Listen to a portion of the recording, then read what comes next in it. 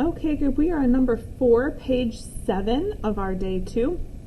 Extra practice for our proofs. So here, we're going to go ahead and write down our given. And in the end, we're trying to prove that angle 1 and angle 8 are congruent. So to do that, we're going to start with angle 1.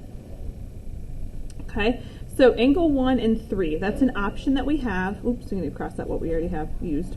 So 1 and 3, if we tie 1 and 3 together, those would be vertical angles. We could absolutely do that. And then we have to tie 3 and 8. And that's great, that's there.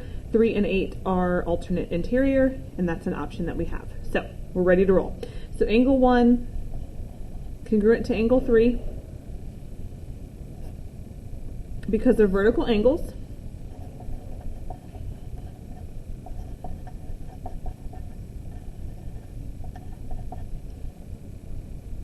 And then of course 3 and 8. 3 and 8 are alternate interiors.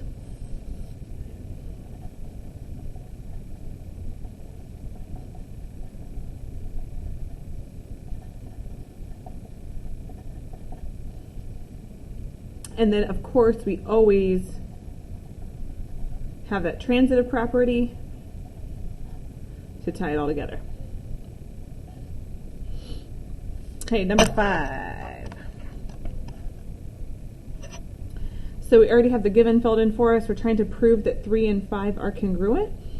So we're going to start with angle 3 and see what we can tie together. So 3 and 7 is an option. 3 and 7 are corresponding. That's an option that we have.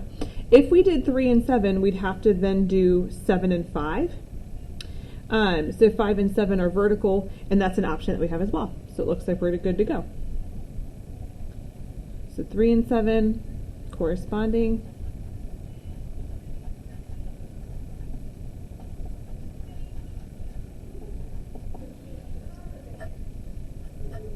Okay, and then of course we have to tie 5 and 7 together.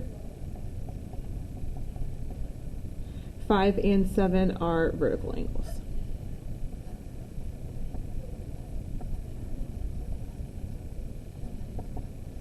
And lastly would be our transitive property.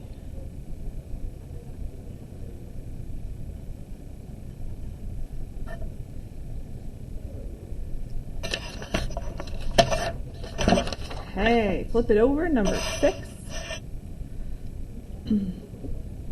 So for number 6, they have already filled in the given for us in the proof.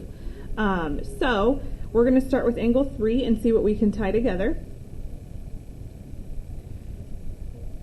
So eventually we want to get to 3 and 13. So if we start at 3, it looks like the only option, it doesn't make sense to use 3 and 3. So 3 and 11, those are corresponding. That's an option that we have.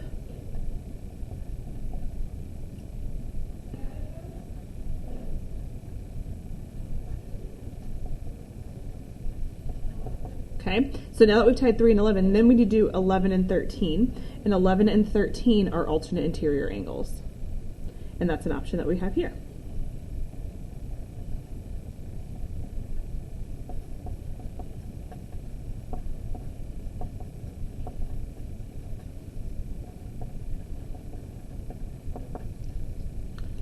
So alternate interior, we did corresponding, and then transitive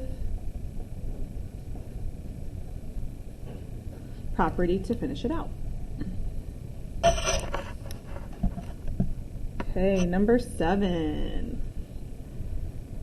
We already have our given written for us and our prove.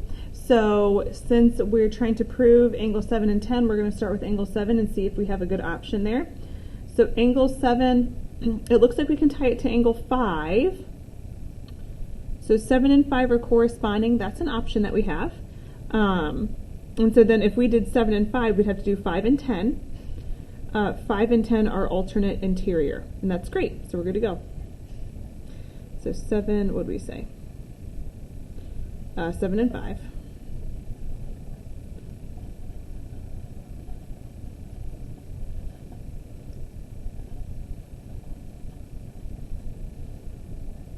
And then 5 and 10 5 and 10 are alternate interior.